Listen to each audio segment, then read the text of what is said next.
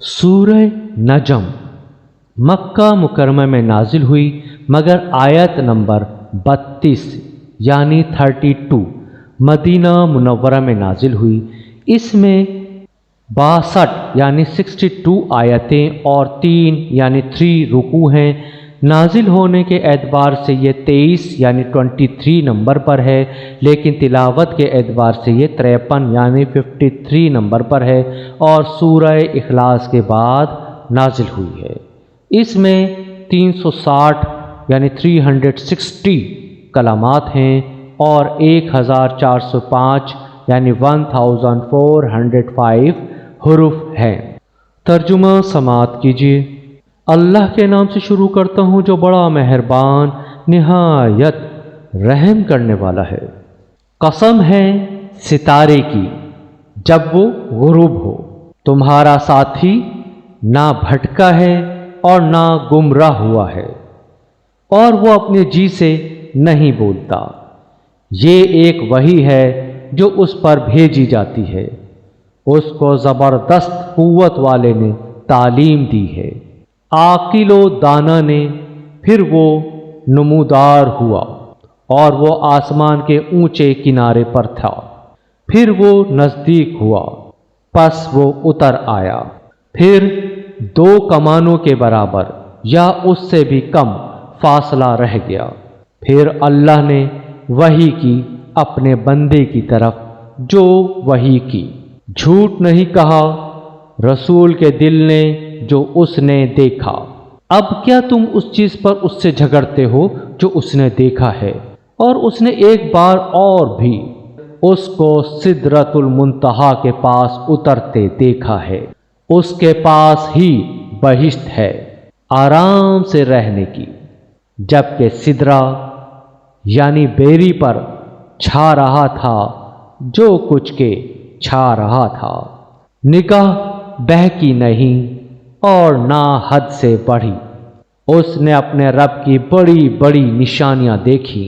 भला तुमने लात और उज़ा पर गौर किया है? और तीसरे एक मनात पर। क्या तुम्हारे लिए बेटे हैं और अल्लाह के लिए बेटियां हैं? ये तो बहुत बेढंगी तकसीम हुई। ये महज नाम है जो तुमने और तुम्हारे बाप दादा ने रख लिए हैं। अल्लाह ने उनके हक में कोई दलील नहीं उतारी। वो महज गुमान की पैरवी कर रहे हैं और नफ्स की ख्वाहिश की, हालांकि उनके पास उनके रब की जानिब से हिदायत आ चुकी है। क्या इंसान वो सब पा लेता है जो वो चाहे? बस अल्लाह के इख्तियार में है आखिरत और दुनिया। और आसमानों में कितने फरिश्ते हैं जिनकी सिफारिश कुछ भी काम नहीं आ सकती मगर बाद इसके कि अल्लाह इजाज़त दे जिसको वो चाहे और पसंद करे। बेशक जो लोग आखिरत पर ईमान नहीं रखते वो फरिश्तों को औरत का नाम देते हैं, हालांकि उनके पास उस पर कोई दलील नहीं।